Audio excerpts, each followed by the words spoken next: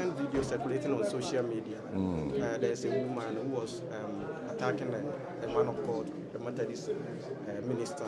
Men of God and the leadership of the church. Yes. Yeah. In part of the video, she created a perception as if the church has abolished welfare contribution and replaced it by tithe. Let me tell you this. In the Methodist Church, what you call welfare contribution is not even part of our system. It was something that just came in later.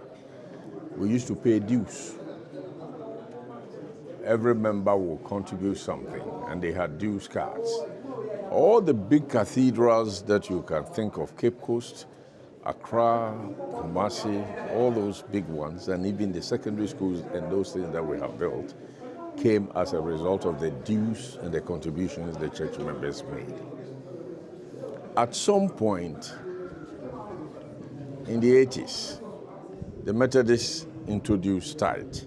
And up until now, the majority of our people do not even pay tithe because they are still struggling with it. They are used to the dues that is paid.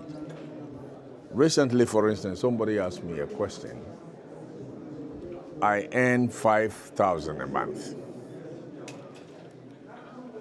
Strictly speaking, if I'm to pay tithe, it will be $500.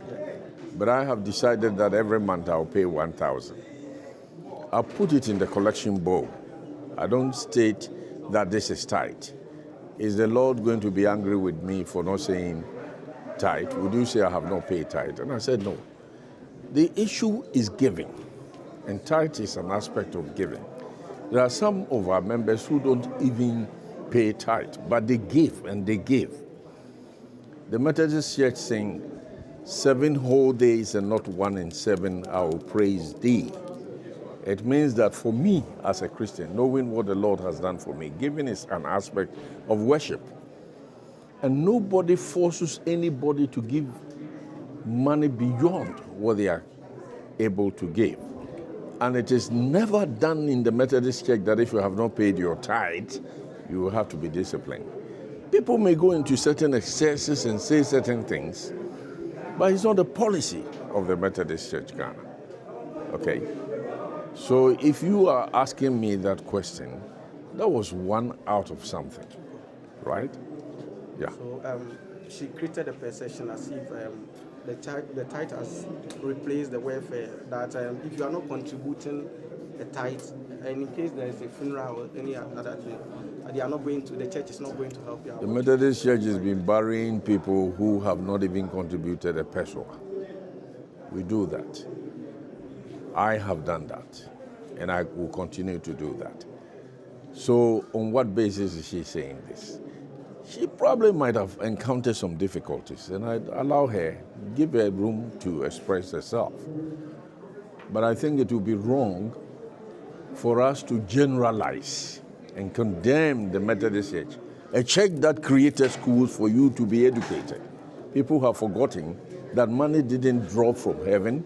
It's the contributions of individual members that we use to build them fancy pimps, the Prempeh colleges, the Wesley girls, and the hospitals. It is people's contribution. People pay tithe, and they do so because they believe when they pay tithe, they will be blessed, and people testify to that. But we don't force anybody to give tithe. If you look at the percentage of people who regularly pay tithe in our church, you will be amazed. So I don't want us to use that woman's statement as a policy of the Methodist Church Ghana. The church is bigger than one person's statement, right? Good.